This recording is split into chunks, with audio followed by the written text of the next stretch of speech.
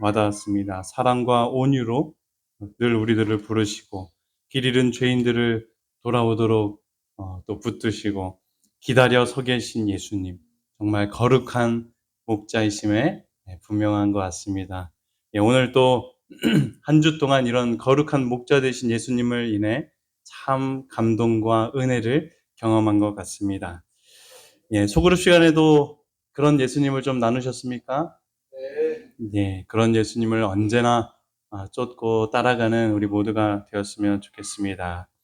오늘 대배 말씀 시간을 통하여서 다시 한번 또 이런 거룩한 목자 되신 내 인생을 이끄시고 가장 쉴만한 물가로 좋은 곳으로 인도해 주시는 예수님을 함께 묵상하길 원합니다. 본문이 굉장히 또 길기 때문에 두 절만 좀 요약해서 읽도록 하겠습니다. 요한복음 10장 14절 15절만 함께 읽도록 하겠습니다. 시작. 나는 선한 목자라. 나는 내 양을 알고 양도 나를 아는 것이 아버지께서 나를 아시고 내가 아버지를 아는 것 같으니 나는 양을 위하여 목숨을 버리노라. 아멘. 우리 지난 시간에 이야기가 기억나십니까? 생명의 뭐 대신? 빛 대신 예수님을 나눴습니다. 그러면서 어떤 한 인물에 대한 이야기가 또 있었죠. 잠깐 언급하기만 했는데 누구였습니까? 소경, 그죠? 소경된 사람입니다. 빛의 능력의 증거로서 날 때부터 앞을 보지 못했던 자를 치유해 주셨죠. 정말이지 하나님의 아들이심이 분명했던 그 증거가 바로 그 치유의 역사였습니다. 치유받은 소경도 눈을 뜨게 된 것뿐만 아니라 마치 다른 사람처럼 용모가 완전히 변화됐었다라고 이야기를 합니다. 이 얼마나 아름다운 능력의 역사였는지 또 생각해 보게 됩니다. 바리새인들도 날 때부터 소경이었던 자가 눈을 떴다고 하니 어땠을까요? 관심이 가지 않을 수가 없었습니다. 놀랐습니다. 하지만 그들은 안식일에 이런 치유의 행위가 일어나게 된 것에 증오심을 가지고 그런 일들을 벌였죠. 그래서 눈뜨게 된 소경을 바리새인의 공회 앞에 불러서 신문했습니다. 뭐라고 신문했습니까? 소경된 자가 눈 떴다는데 그게 너냐? 접니다. 어떻게 낫게 됐냐? 뭐라고 대답했습니까? 누가 이렇게 흙을 이렇게 눈에다 바르고 실로암 붓에 가서 씻으라고 했더니 어떻게 됐다 그래요? 나았다. 그러자 바리새인은 이런 판결을 내립니다. 널 치료해준 그는 안식일을 범한 자니까 하나님께로 온 자가 아니다. 판결을 내립니다. 그러니 조심해라.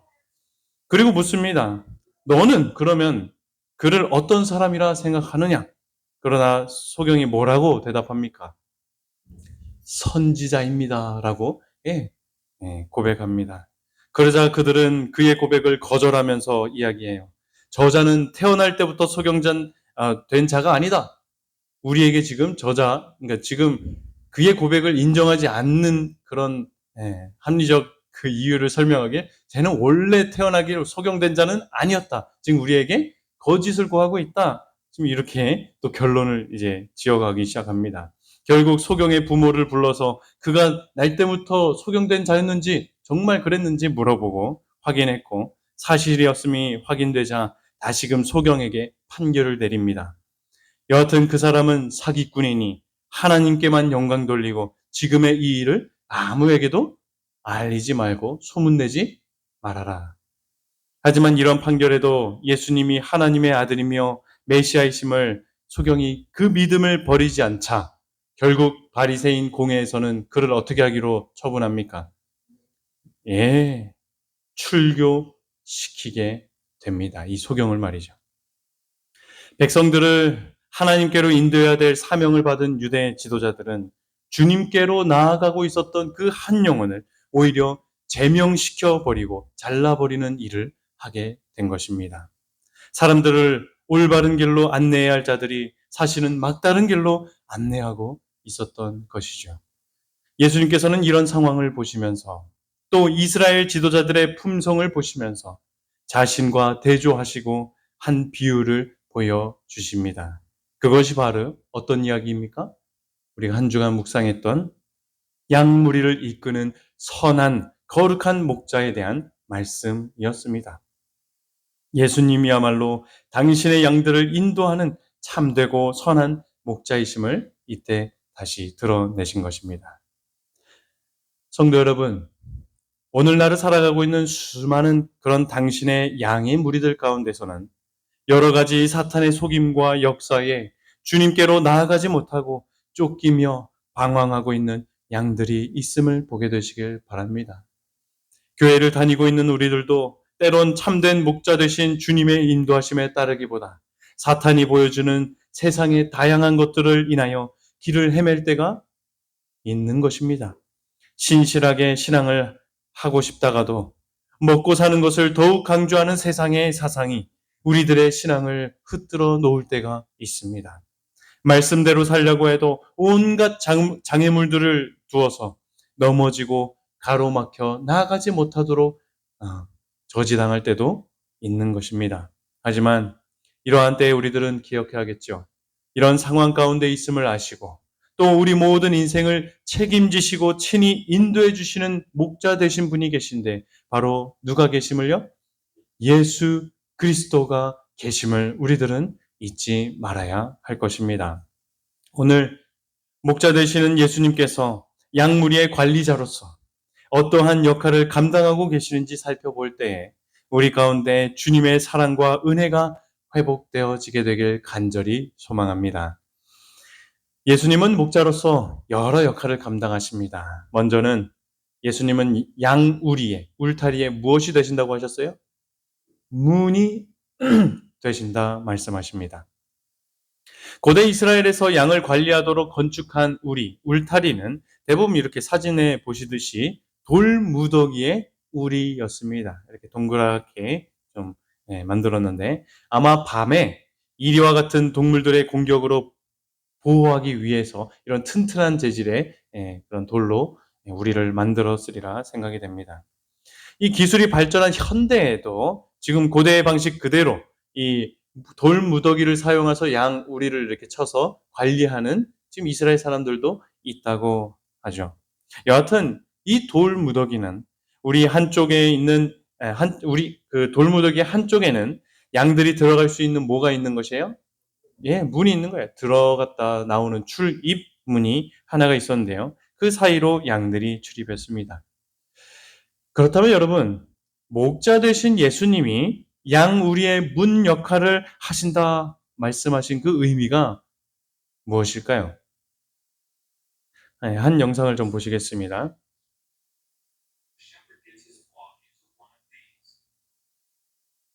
네, 잠깐만요. 소리가 절로 연결이 되네요. 연결이 안 되네. 그냥 TV 소리로 들을게요.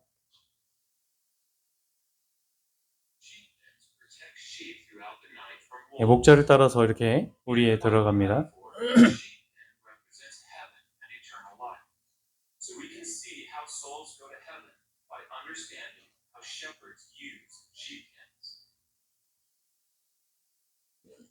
So a sheep pen is made up of these stone walls that come together and form a narrow opening. So before evening sets in, the shepherd gets his flock. 굉장히 좁죠. 저 좁은 틈으로 이제 양들이 들어갔다가 나오는데 양의 목자가 어디에 있다고요? 예. 저 입구에 있는 것입니다. 그래서 나가는 것, 들어가는 것, 이 목자를 거치지 않고서는 불가능한 것. 예를 들어 이렇게 말입니다. 양들을 저렇게 우리 안에 넣어놓고 입구에 누가 있는 거예요? 목자가 있는 것입니다.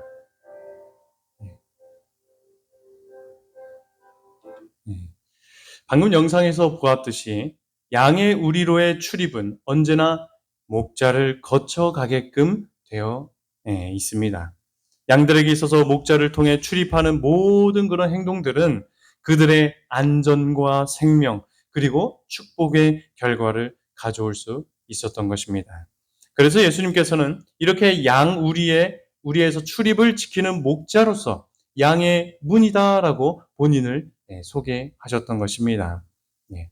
요한복음 10장 7절에 보니 내가 문이니 누구든지 나로 말미암아 들어가면 뭘 받고요? 구원을 받고 또 들어가며 나오며 뭘 얻겠다고 합니까? 꼴을 얻으리라. 예. 이 구원이 무엇입니까? 이제 영어로는 be saved. 뭔가 이렇게 구제받고 어디서부터 구출함을 받게 되는 것입니다. 근데 이제 조금 더 원어적으로 살펴본다면 해를 받지 않게 된다라는 뜻입니다. 생명이 보존되는 것. 예, 그것이 구원이죠. 주님을 통해서 문에 들어갈 때 바로 이러한 우리의 영원한 생명이 보호하게 되는 것입니다. 여기 또 두 번째로 꼴을 얻겠다 했습니다. 꼴이 무엇입니까? 꼴. 예. 이 영어로는 pasture이라고 하고 또 어디 번역에는 fodder이라고 되어 있습니다. 이게 뭐냐면 목초.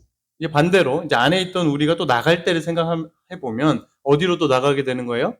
목초로 나가게 되고 또 fodder는 뭐냐면 먹이, 사료 이것을 이제 이야기하는 것인데 그들이 먹을 곳이 있는 그곳을 향해서 나가는 것.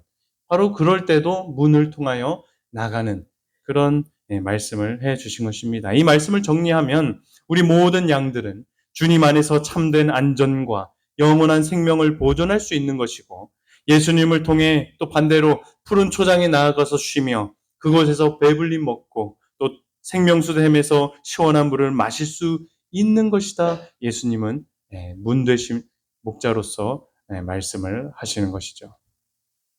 사랑하는 성도 여러분, 여러분들은 현재 양의 문 되시는 예수님을 통해 들어가고 나가시면서 생명의 안전함과 또 영적 현세적 풍요를 누리고 계시는지요? 아멘. 우리 영혼의 참된 유익을 가져다 주시는 유일한 문이신 예수 그리스도만을 통하여 생명을 얻고 영혼의 열매가 풍성하게 맺어지게 되길 간절히 소망합니다. 시대 소망에는 이런 말씀이 있습니다. 바리새인들은 그 문으로 들어가지 않았다. 그들은 그리스도가 아닌 다른 길을 통하여 양의 우리로 넘어 들어갔으며 참된 목자의 직무를 행하고 있지 않았다. 제사장들과 관원들, 서기관들과 바리새인들은 푸른 초장을 파괴하고 생명수샘을 더럽혔다 말씀합니다. 여러분, 바리새인들도 하나님의 칭의와 화평을 얻고자 뭘 열심히 했어요? 열심히 제사를 드리고요. 그들의 의식을 거행했고요. 그죠? 그런 바램을 가지고 있었습니다. 하지만 그들은 우리의 그 울타리 안에 들어가는 유일한 문이신 예수님을 통해 들어가려고 하지 않았다는 데 문제가 있었던 것입니다. 그리하여 그들은 참된 목자의 직무를 행치 못하게 되었을 뿐더러 오히려 양들의 음식이 있는 푸른 초장과 생명수샘들을 더럽히는 그런 일들을 초래하게 되었다 말씀하는 것입니다. 여기에 우리 모두에게 대한 경고가 담겨져 있다 생각이 됩니다. 바리새인들은 의롭게 되고자 문이신 예수님을 통하지 않고 자신들 스스로 우리 안에 들어가고자 어떻게 했습니까? 이 사진처럼 이 그림처럼 억지로 이렇게 담을 넘어서 우리 안에 들어가려고 했던 것입니다. 각종 의식과 제도들 또 많은 거창한 규칙들과 방법들을 가지고 의에 도달하려고 그 영원한 생명에 도달하려고 노력했던 것입니다. 하지만 기억하시기 바랍니다. 아무리 좋아 보이는 종교와 외형과 형식일지라도 예수님을 통하지 않고서는 아무것도 아닌 무용지물이게 되는 것임을 우리들은 기억해야 할 것입니다. 이러한 일은 현대를 살아가는 우리들의 세상에 참 많이 나타나고 있는 것 같습니다. 하나님 외에 다른 신을 섬기는 종교는 둘째치고요. 성경을 가지고 예수를 믿노라 공언하는 종교들을 보면 양의 우리의 문을 통해서가 아닌 담을 넘어서 들어가려고 하는 일들을 보게 되는 것 같습니다. 하나님의 아들의 대리자라고 칭호를 사용하는 천주교의 교황, 예수께 드릴 은밀한 기도를 고해성사라는 제도로 신부하게 기도하게 하는 것, 또 하나님의 어머니, 죄 없이 탄생한 여인으로 평생 동정이며 승천했다고 하는 그 마리아를 특별한 대우로 섬기고 있는 가톨릭, 예수님이 있어야 할 자리를 하나같이 빼앗고 있는 모습은 아닌가 보아야 하는 것이죠. 우리 교회도 마찬가지예요. 카리스마 있는 목사들이 얼마나 많습니까? 교주급으로 되어 있다. 정말 그 성도들이 이야기합니다. 예, 이 정강훈도 하나님 꼼짝마, 하나님 까불면 나한테 주고 뭐 이런 말을 해요. 와, 자기는 친해서 이렇게 얘기한다 그래요. 우리 뭐 부모님하고도 친하면 막 얘기하듯이 하나님과 친하니까 나한테 까부지 마, 뭐 이렇게 얘기한다고 이야기를 합니다. 예, 뭐 또 이단들도 신천지 요즘 제가 또 카톡방에 한번 올린 적이 있죠. 이 이만희 근황을 알아보니까 요즘 치매가 걸렸다고 해요. 예, 그래서 그 영상을 한번 보시면 아셔요. 뭐 이렇게 가르치다가 그게 누가복음 32장에 있지 않냐? 그리고 옆에서 봅니다. 종 회장님, 누가복음은 32장이 없습니다. 그렇게 얘기를 해요. 그랬더니 아유 아니다. 32장 꺼내봐라. 계속 이렇게 이야기를 하고 자기가 쓴 어떤 그 글이 있는데 그건 내가 쓴 게 아닌데 라고 또 그렇게 하는 등 이 수많은 지도자들 앞에 이 12지파장 뭐 여러 그 사람들 앞에서도 얼마나 지금 큰 오류를 범하고 있는지 그 안에서 참 분쟁이 있습니다. 치매 예수님이 치매도 걸리고 영생의 몸이 곧 죽게 된 이 아이러니한 상황. 그 외에도 정명석이라든지 하나님의 교회라든지 거짓 종교와 가르침들이 온 세상에 이 세상에 얼마나 또 외쳐지고 있는지 모르겠습니다. 이는 진리교회라고 자처하는 우리 재림교회도 조심해야 할 부분입니다. 예수님을 의존하지 않는 성경과 예언의 신연구, 예수님을 통하지 않는 기도와 예배, 예수님을 대신한 안식일 준수, 예수님보다 더 의지하는 건강 법칙들과 치료법들, 예수님보다 신뢰하는 교사와 지도자들, 예수님의 사랑이 아닌 다가올 일들에 대한 안전책으로 신앙하는 것들 등 겉으로는 종교이며 옳다고 한다고 하는 그 예배를 드리는 모습을 우리가 나타내 보일지라도 문 대신 예수 그리스도를 통하지 않는 그 모든 사상과 행위들은 우리들에게 있어서 다른 길이며 우리 안에 넘어 들어가려고 하는 것임을 분명히 우리들은 기억해야 할 줄 믿습니다. 우리 시대의 소망은 이렇게 기록하죠. 각 시대를 통하여 철학자들과 교사들은 영혼의 필요를 만족시키기 위한 학설들을 세상에 제시하여 왔다. 모든 이교 국가에는 사람들의 눈을 하늘에 계신 아버지의 얼굴로부터 돌아서게 하고 그들에게 축복만을 주신 분에 대하여 두려움으로 가득 차게 하며 그리스도 외에 다른 구속의 방법을 제시하고 있는 위대한 교사들과 종교제도가 꾸준히 있어 왔다 이야기합니다. 그들의 사업 경향은 창조와 구속으로 말미암아 하나님의 소유가 된 것을 그분에게서 빼앗는 것이다. 그리고 이 거짓 교사들은 사람도 빼앗는데 수백만의 인간들이 노예적인 공포심과 무가심 속에 속박된 채 거짓 종교 아래에 묶여 있으며 내세에 대한 막연한 공포심만을 가지고 이 세상에서는 어떤 희망도 기쁨도 포부도 없는 짐 나르는 그런 짐승처럼 고생하게 하고 있다 기록하고 있죠.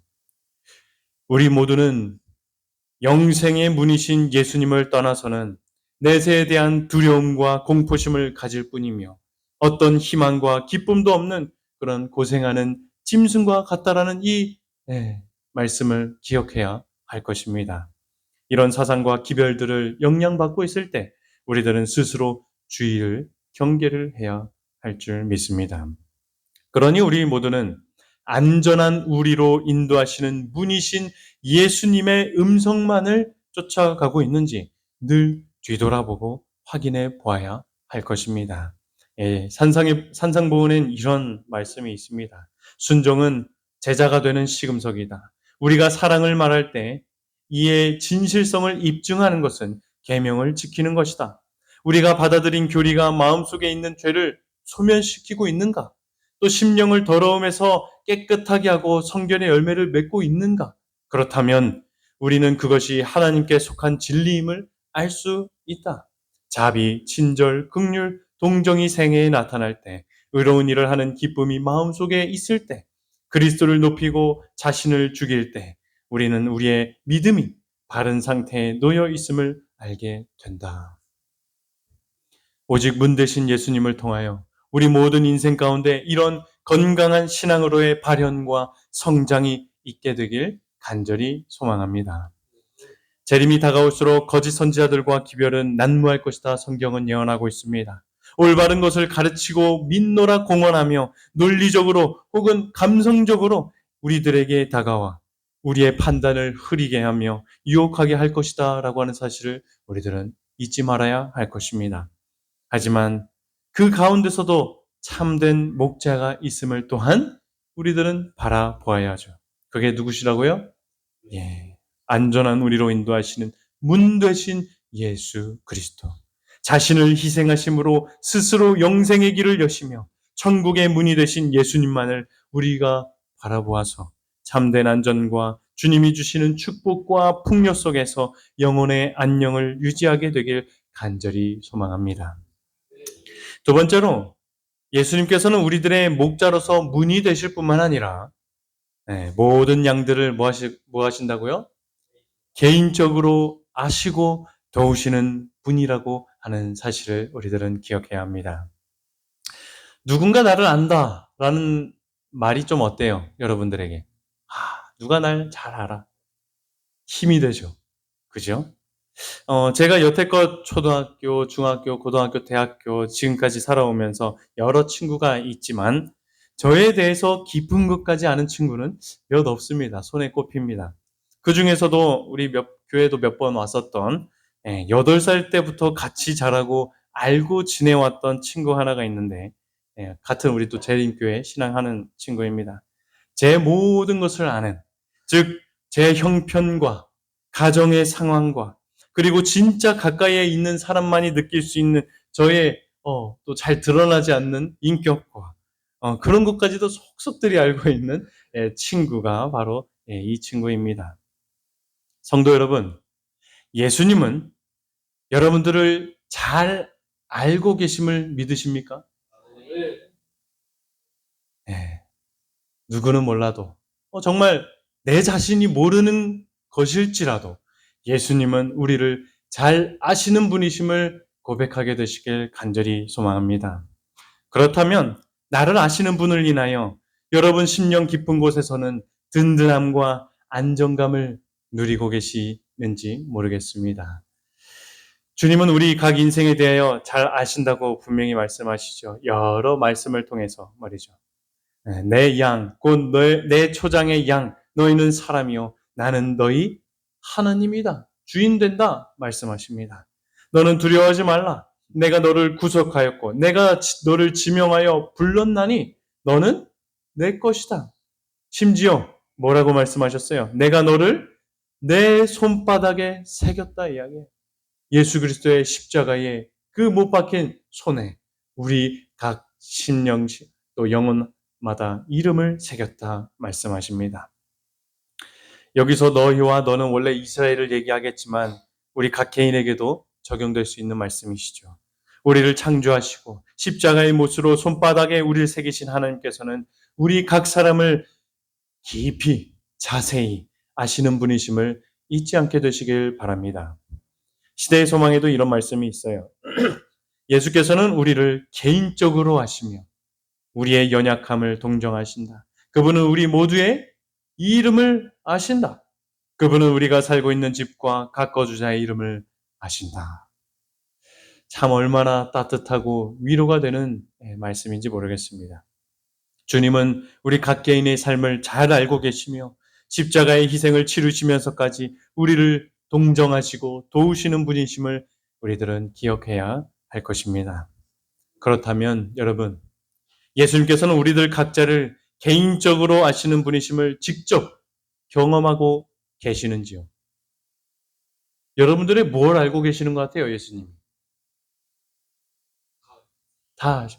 그래도 어떤 경험적으로 내가 인생을 살아보니 또 이런 일을 겪어보니 예수님은 나에 대해서 너무도 잘 아신다. 그런 경험이 있으십니까?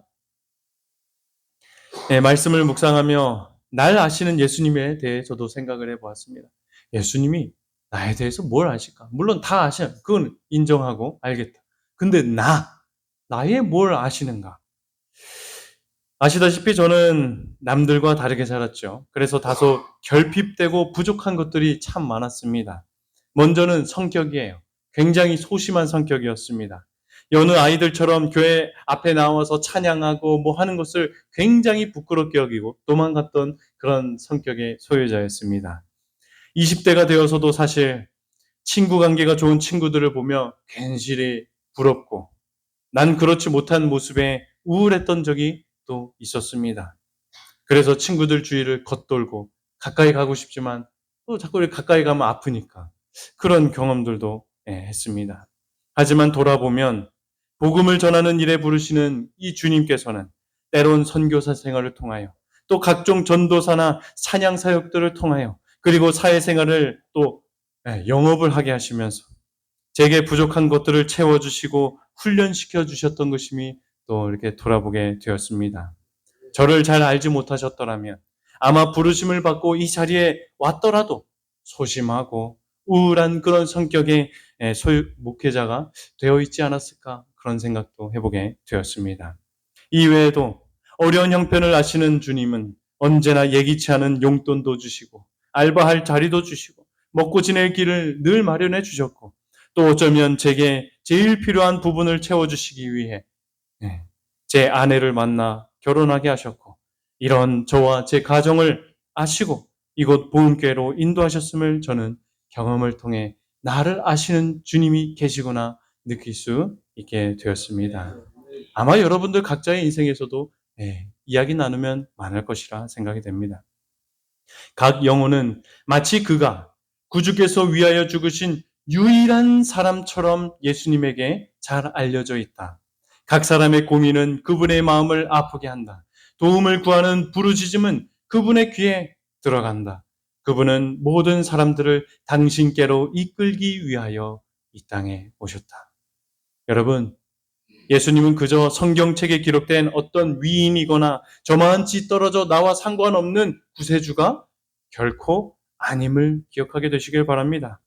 주님은 언제나 내 인생을 아시고 내 고민과 내 슬픔을 아시고 기도로 무언가 구하기 전부터 나의 마음을 아시며 동정하시며 도와주시는 분이심을 잊지 않게 되시길 바랍니다.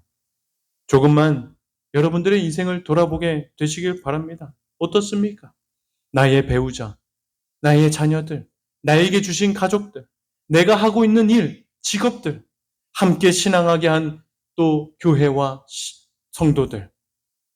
주님은 정말 나를 잘 아시기 때문에 가장 좋은 것을 주시며 좋은 길로 인도하시며 잘 훈련시켜서 도와주시고 계시다라는 사실을 느낄 수 있지 않으신지요? 저는 이번 묵상에서 참 감동을 느꼈던 문장이 이 말씀이에요. 우리 함께 읽어볼까요? 그분은 시작. 그분은 마치 이 지구 표면에 그 사람 외에는 다른 사람이 없는 것처럼 각 사람을 돌보신다. 예. 나 외에 없는 것처럼 이 지구상에 예수님은 우리의 소원을 듣고 어려움을 아시고 도와주시고 동정하시는 분이심을 믿게 되시길 바랍니다. 우리 주님은 그저 각 시대와 인류를 구원하시려 숲과 산만 보시는 그런 분이 아니십니다. 그 안에 있는 작은 꽃과 작은 나무들, 나와 같이 참 작은 존재까지도 아시는 분이시며 심지어는 지구상에 나만 있는 것처럼 나를 아시고 돌보시는 분이심을 살아가시면서 결코 잊지 않게 되시길 바랍니다. 주님이 또 우리의 무엇을 하신가요? 그것은 당신의 양들이 주인의 음성을 듣고 순종하길 즐거워하며 양들이 주인의 돌봄 아래에 오기를 원하는 것을 아신다고 말씀하셨습니다. 쉽게 한마디로 목자이신 예수님을 필요로 하는 것임을 우리 자체가 우리의 인생이 예수가 필요하구나. 그것을 아신다고 말씀하십니다. 여러분들도 잘 아시다시피 양은 모든 동물 중에서도 가장 겁이 많고 연약하여 돌봄이 필요한 동물이다 이야기하지 않습니까? 넘어지고 방황하는 우리 인생을 빗대기에 너무도 딱 맞는 동물인 것 같아요. 여기 양의 10가지 특성을 좀 누가 정리를 했더랍니다. 첫 번째는 시력이 안 좋대요. 예, 그래서 가까이 뭐가 움직이면 그게 목자인 줄 알고 따라간대요. 예, 또 잘 속는다. 또 잘 넘어진다. 예, 이렇게 잘 넘어지요. 또 다리가 몸에 비해 뭐 어때요? 가느다랗죠? 예, 구조상 잘 넘어진대요. 그런데 또 넘어지는 것도 문제가 되는데, 또 심지어는 넘어지면 뭐 스스로 예, 못 일어난대요. 참 답답스리하죠. 이기적이고 제멋대로이며 중심을 또 일어나서라도 중심을 금방 못 잡고요. 방향 감각이 없어서 그냥 막 이렇게 다니고요. 반드시 왔던 길로 돌아오는 어떤 귀향 본능이 있다 하고요. 방어력이 하나도 없어요. 또 죽을 때가 되면 정말 제사 드리는 그 양들을 보십시오. 온순하게 그냥 그 죽음을 받아들이는. 이 대부분 연약한 양의 특성들을 10가지로 이렇게 정리했는데, 하지만 양의 긍정적인 특성, 장점이라고 할까요? 좋은 특성도 있었는데요. 그것이 무엇이었을까요? 네. 누가 말씀하셨어요? 바로 목자의 음성을 알아듣고 순종할 수 있다라고 하는 사실입니다. 누가 한번 실험을 했어요. 양은 목자의 음성을 알아듣는가? 낯선 사람입니다. 알려줬어요. 어떻게 해보라고. 알레 뭐 하면 오나 봐요? 그런 언어가 있나 봐요? 또 다른 사람입니다. 큰 소리로도 외쳐봐요.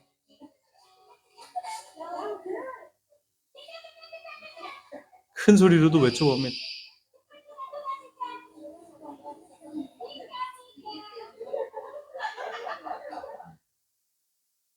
또 다른 사람, 다양한 사람을 해보죠.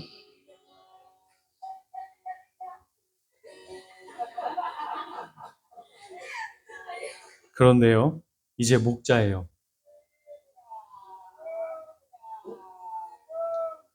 지금 먹다가 풀 뜯다가 한 마리 두 마리씩 뭐예요 이제? 고개를 들어요. 누가 부르나? 목자잖아. 그러고는 어떻게 합니까? 한둘 모입니다.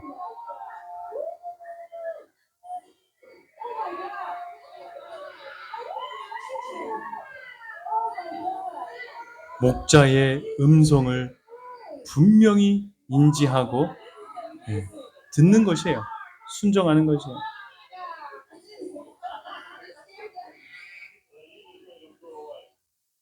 참 감동적이지 않나요? 주인의 음성을 구별할 줄 아는 것도 감동이고, 주인의 음성을 듣고 따라가며 순종하는 양들의 모습이 또 얼마나 감동적인지요. 저는 예수님이 우리의 모든 것을 아신다고 하는 것도 참 은혜가 되고 위로가 되지만, 무엇보다도 주님의 음성을 듣길 원하고 당신의 도움이 필요로 하며 예수 그리스도의 돌보심 아래 거하길 소원하고 있는 양들의 마음을 아시는 분이 우리에게 음성을 주시며 또 복음의 소리를 전하시며 순종케 하시는 분이심을 기억할 때 참 큰 은혜와 감동을 누리게 되었습니다. 그래서 주님은 언제나 자기 양들 이름을 호명하며 당신 곁으로 모으셔요.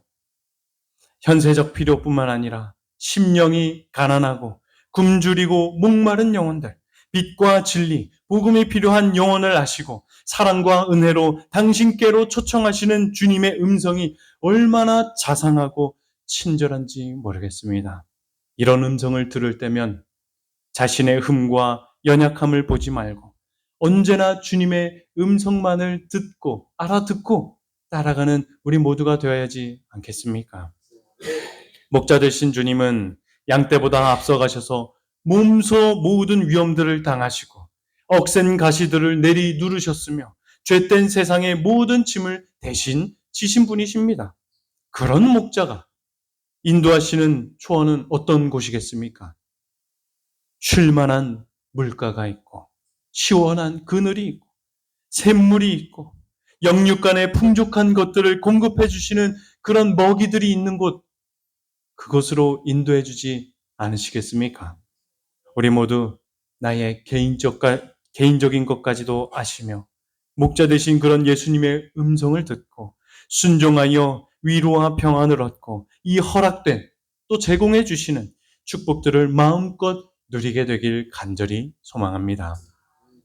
끝으로 예수님께서는 우리 안에 있는 양들뿐만 아니라 흩어진 영혼들까지도, 흩어져 있는 양들까지도 모으시는 우리들의, 또 모든 인류의 참된 목자 되시는 분이심을 또한 우리들은 기억해야 할 것입니다.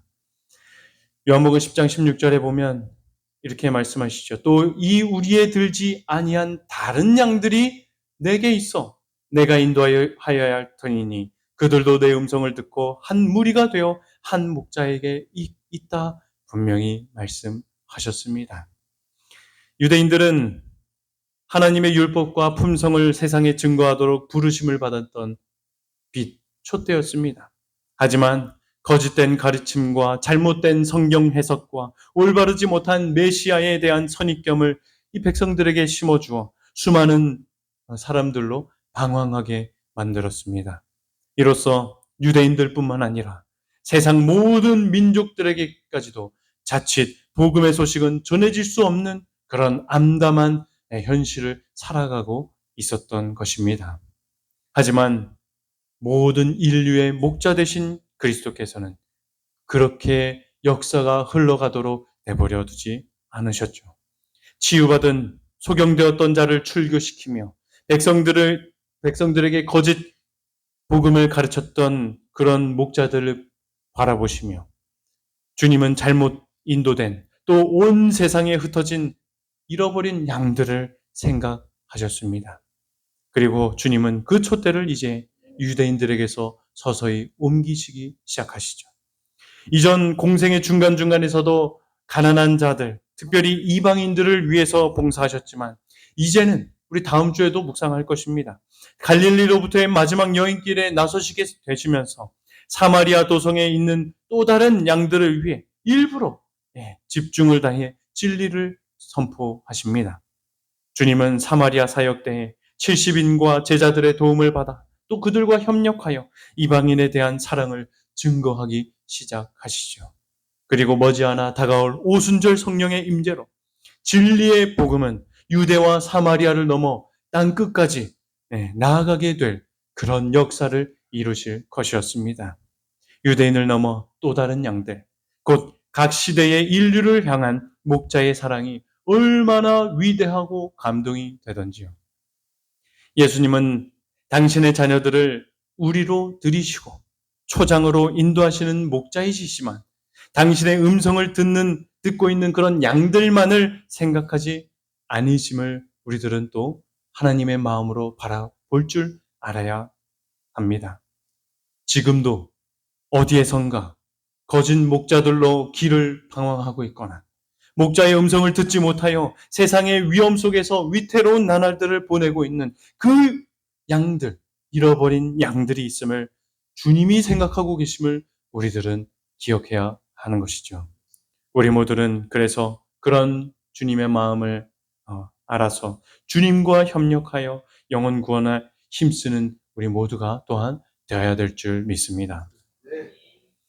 그런 다른 양들이 참 여러 부류가 많겠지만 특별히 우리나라와 가까이에 있는 북한에 관심을 가져보면 어떨까 요즘 이렇게 또 기도해보고 관심을 가져보고 있습니다. 우리나라로 치면 MZ세대에 속하는 그 북한에서는 장마당 세대가 있다고 해요. 장마당 세대가 뭘까요? 장마당 세대.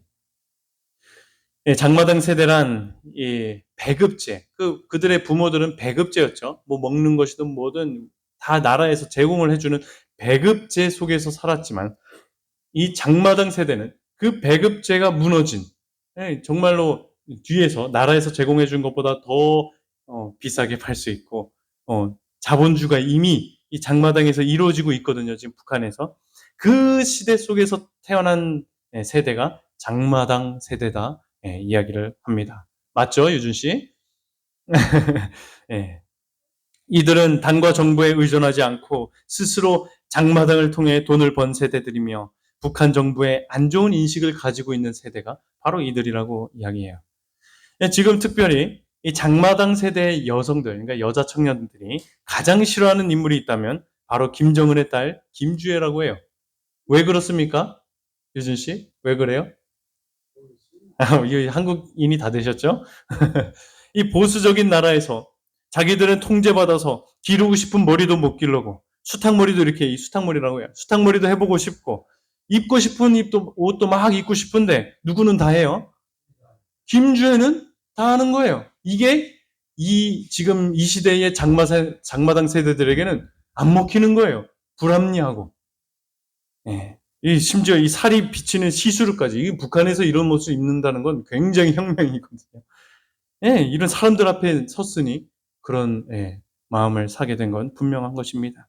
이런 불만 속에서 최근에는 탈북하는 사람들 중에서는 이 똑똑하고 MZ 세대들이 탈북을 많이 하기 시작했다 이야기합니다. 이 남한의 어떤 그런 문화들을 컴퓨터를 통해서 또 영상을 통해서 접하고 이러다 보니까 말입니다. 더욱 놀라운 것은요. 북한 정부에 수십 년 동안 충성했던 최고위급들, 그들의 탈북도 이제 북한의 미래가 이제 밝지 않아 보이는지 부쩍 늘었다고 하는데요. 가족의 미래를 위해 목숨 걸고 넘어오고 있다고 이야기합니다. 이 전 영국 주재 북한 대사관이었습니다. 영국에 나가 있던 북한 대사관. 태영호 씨는 6일 전에, 일주일 전에 YTN 방송에서 여러 이제 이야기를 했는데 이런 예측을 했어요.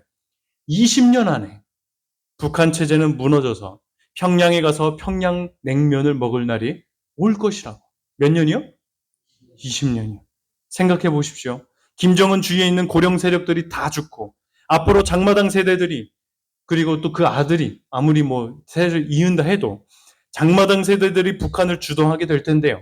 이미 자본주의의 뿌리를 내린 그 세대들이 어떻게 사회주의를 유지할 수 있겠는가?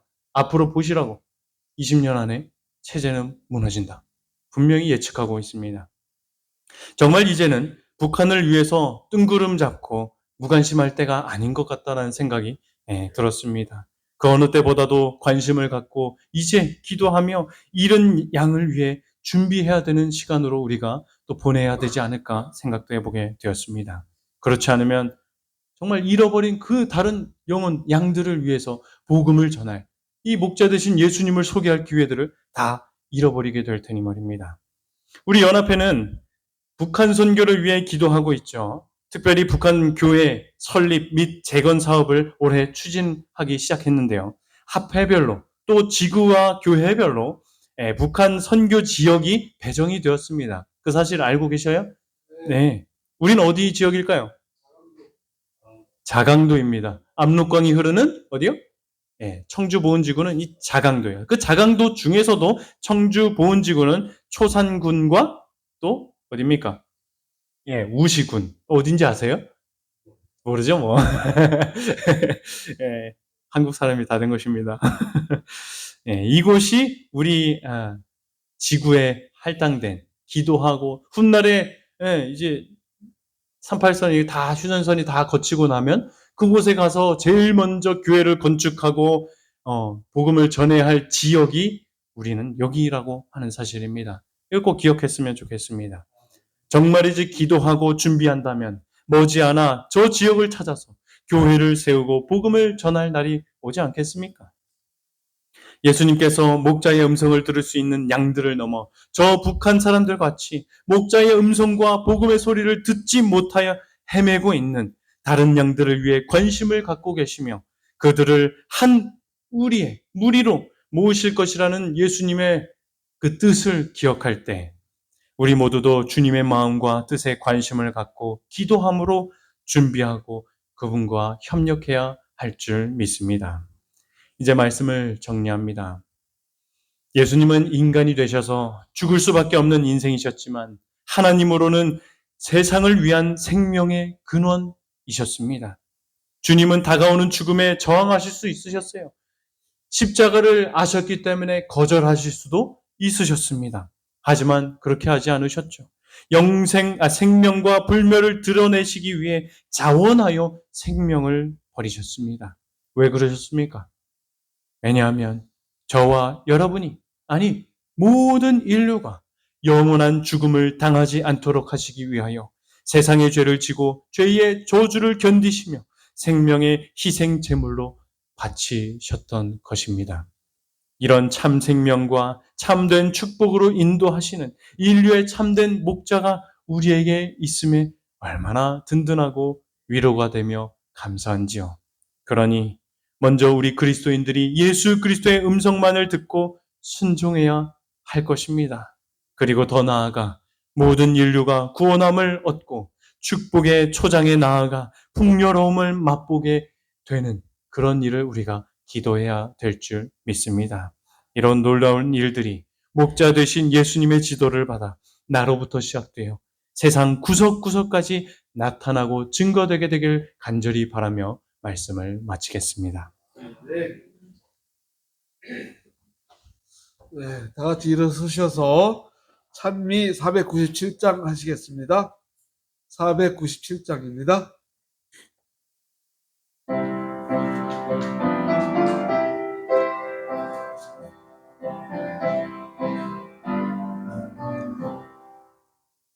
선한 목자 되신 우리 주 항상 인도하시고 강초 동산 좋은 곳에서 먹여주시옵소서. 선한